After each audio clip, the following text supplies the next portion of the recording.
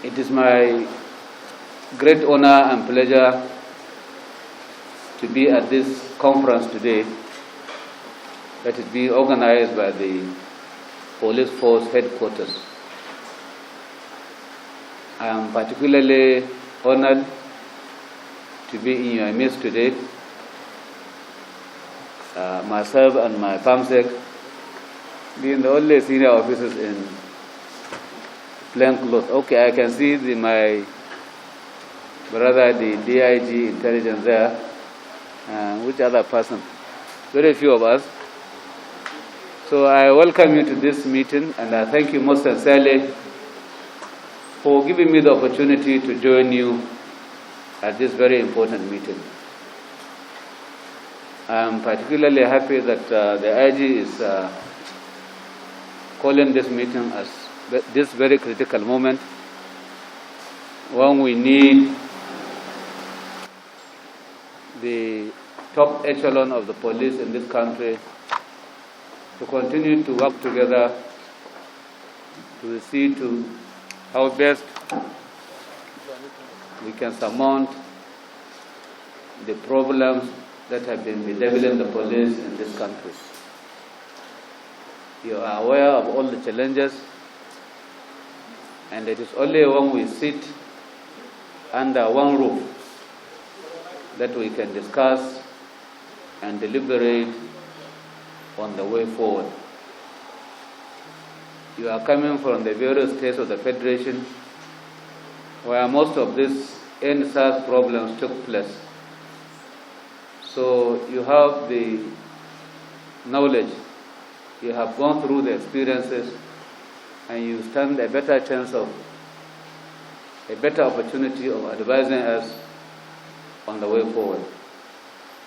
There is no doubt the police in this country have gone through very challenging period. But we thank God that the police, as we are in this country, have continued to remain equal to the challenge. I want to use this opportunity to thank the entire police family in this country for standing firm, for continuing to be committed to the cause of this country. We thank you for your diligence. We thank you for your commitment. And I want to urge you to continue to do more. We want to urge you to continue to be more committed to the cause of the country and to continue to ensure that we maintain peace and security of the country. Mr. President is very much confident that we can do this job, and he has always been very, very proud of you. So continue to excel so that you will not fail him. He has all along been very proud of you. He has said it several times that we have the best policemen in this country. And the few of you, or the few of us who are the bad eggs, we are setting machineries in motion to ensure that we flush them out. With their commitment, with their support and cooperation, will make the police in this country greater and greater and a better place to operate. We will continue to be proud of the police. And this administration is, like I said, committed to ensuring that the police is well equipped, modern, technology-driven, and government will continue to provide training and retraining so as to ensure the police are working professionally and up to date. So please, we want each and every one of you to continue to contribute his quota, to particularly at this very meeting that has been called by the IG, to ensure that we brainstorm and we come out with solutions and suggestions that will move the police forward. Government is committed to improving the welfare of the police, like you are all aware. And at the right time, we will invite you to put in your input. The relevant departments are there working, they are working all the details, and when the time comes, they will invite the various stakeholders to come and contribute, to come and give suggestions as to how best we can improve the welfare, particularly the remuneration and pension and other benefits of police officers, so that they can work more effectively for the good of all Nigerians. At this point, Inspector General of Police, I want to thank you most sincerely for giving me this opportunity to interact at this meeting. You are aware that I just hand over some vehicles to you, and this coincided with this meeting, and you said I should come and say one or two words of the meeting. These vehicles are only 30, so I don't want the commissioners to start bothering the IG. They are very small, only 30 vehicles, so they are not enough. But I want to assure you that we are making arrangements to buy more and more vehicles for operation of the police. We are very much aware that there is very little you can do without effective logistic and transport services. So we will pay greater attention to that, and inshallah, with your support and your understanding, we will continue to get the support of other sister organizations towards the improvement of the police. Inspector General of Police, DIGs and other senior police officers, my permanent secretary, I thank you most sincerely at this stage, and I wish you all the best. Our PRO is not only a police PRO, but it's a certified pastor. I forgot to mention that. I wanted to mention I forgot to mention that. So if you have any spiritual challenge, meet the you PRO. know where to go. Let me seize this opportunity to welcome you all to this conference, especially the Honorable Minister of Police Affairs. As he told you, he came to hand over operational vehicles to us. So I reminded him that, I told him that you are here. It is very important that he comes and talk to you too. So I welcome you all to this conference, which it is hoped to be the last for this year, 2020. It must be acknowledged that the year has been very challenging, both to the nation and to the Nigeria police. The security challenges were particularly compounded by the COVID-19 pandemic and the violence that resulted from the NSAS protests. In due cognizance of these developments, this meeting is being convened to review the general security situation in the country as the year winds down, evaluate the progress we have made and challenges we experience in relation to our policing mandate, as well project into the future as we advance our internal security management responsibilities. As a frontline internal security agency, the Nigeria Police has, through the year, been grappling with major and complex internal security situations, particularly the activities of terror elements, bandits, kidnappers, armed robbers, cultists, cyber criminals, and other highly organized national and international criminals. And challenges, and again, the security situation is compounded by the challenges brought about by the NSAS protests.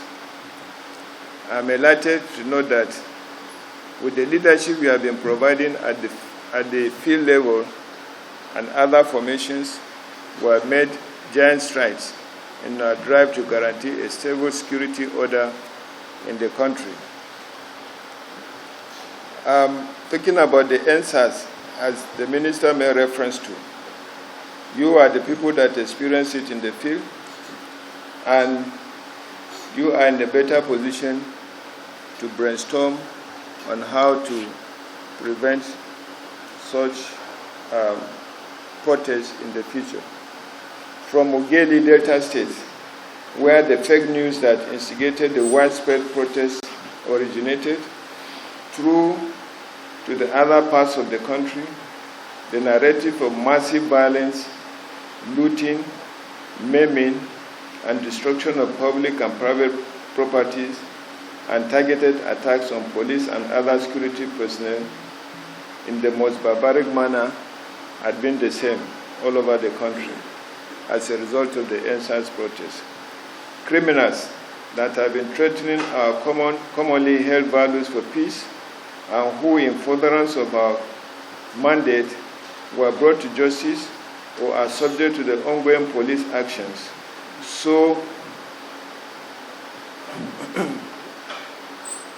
as I was saying, criminals that have been threatening our commonly held values for peace and who, in furtherance of our mandate, were brought to justice and are subject to ongoing police actions, saw an opportunity in the protests of NSAS to take their vengeance and attempt to weaken the foundation of policing in this country. This set of people found partnership in the subversive elements whose agenda were neither propelled by genuine advocacy for police reform, but the galvanization and instigation of unsuspecting citizens into an uprising that was directed at endangering our democracy for their parochial political agenda. In consequence of the violence that resulted from the action, a lot of lives were lost, properties were damaged, both corporate and individual properties, including individual businesses, were destroyed.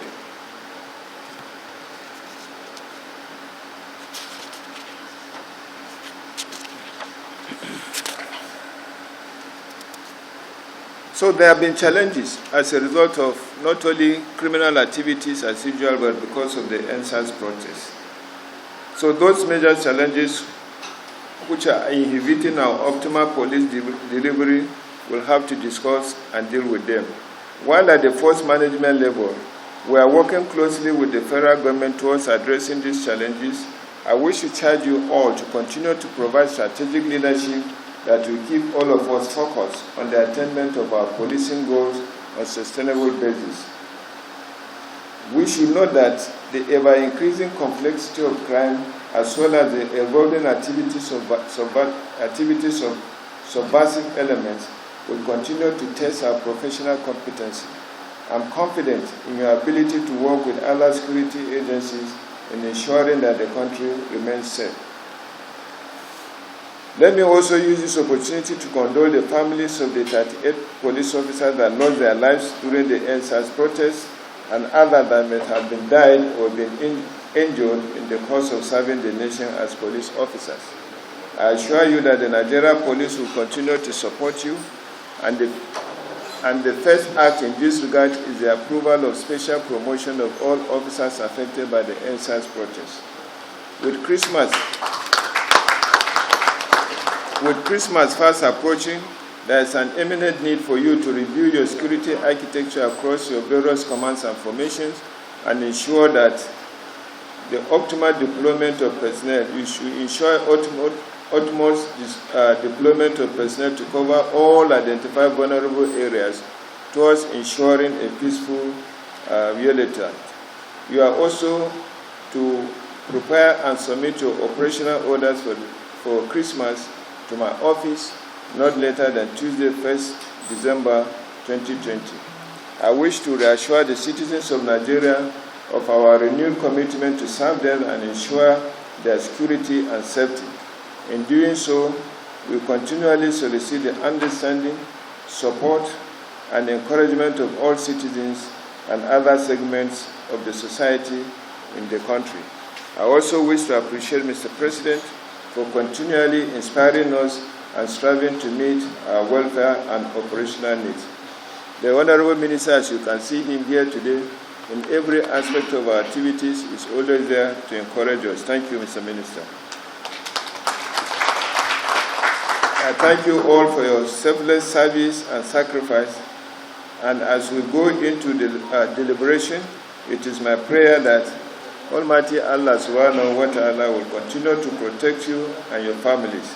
I wish you all a Merry Christmas and Happy New Year in advance. Thank you. Endsars protest. It was violent. Any peaceful protest is allowed in our constitution. When the Endsars protest started peacefully, we provided security for them. We were moving with them to make sure that they were not molested by any group of people. And it was going on well until it turned violent. And when it turned violent, they now attack the people that are even giving them protection. So we shall never allow any violent protests in this country again. When you talk of peaceful protests, yes, allowed. Violent protests, never. And remember, even our constitution does not accept violent protests. So those people that are planning to come up with another protest, if they plan it to be a violent one, they should rethink. Otherwise, we are prepared to face them. We are to protect this country from hoodlums.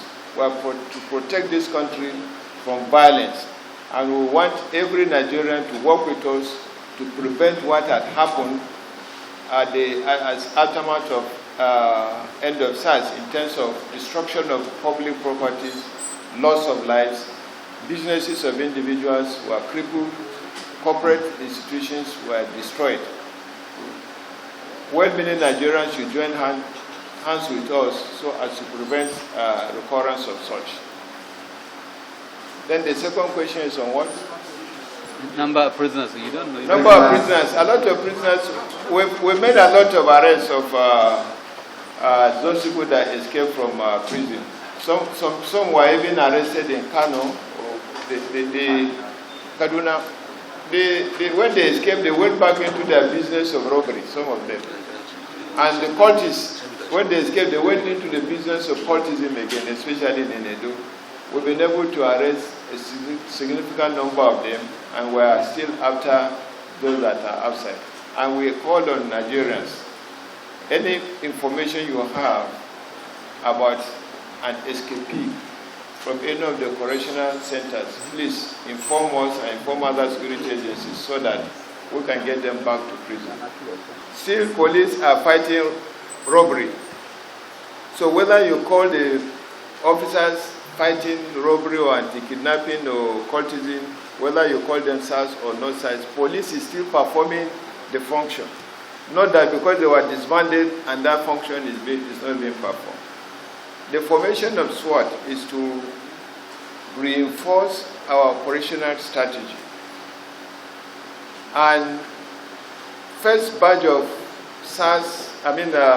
personnel that will form the squad have been already trained. We are going to the second phase and even the third phase. Then after that, the minister will now unveil it to the whole country with their regalia and so on and so forth. And you will see that they are going to fill the gap in some of the operations that we are supposed to do that deals with violent activities, violent crime that they need to curb it. You saw the minister went to the training ground where they were being trained. I think your television reported it. And he inspected them and then passed them out, and another set will soon go back for training. So we're on board. By the time we finish the 3 sets of training, the minister will unveil them for the whole country to see. Thank you.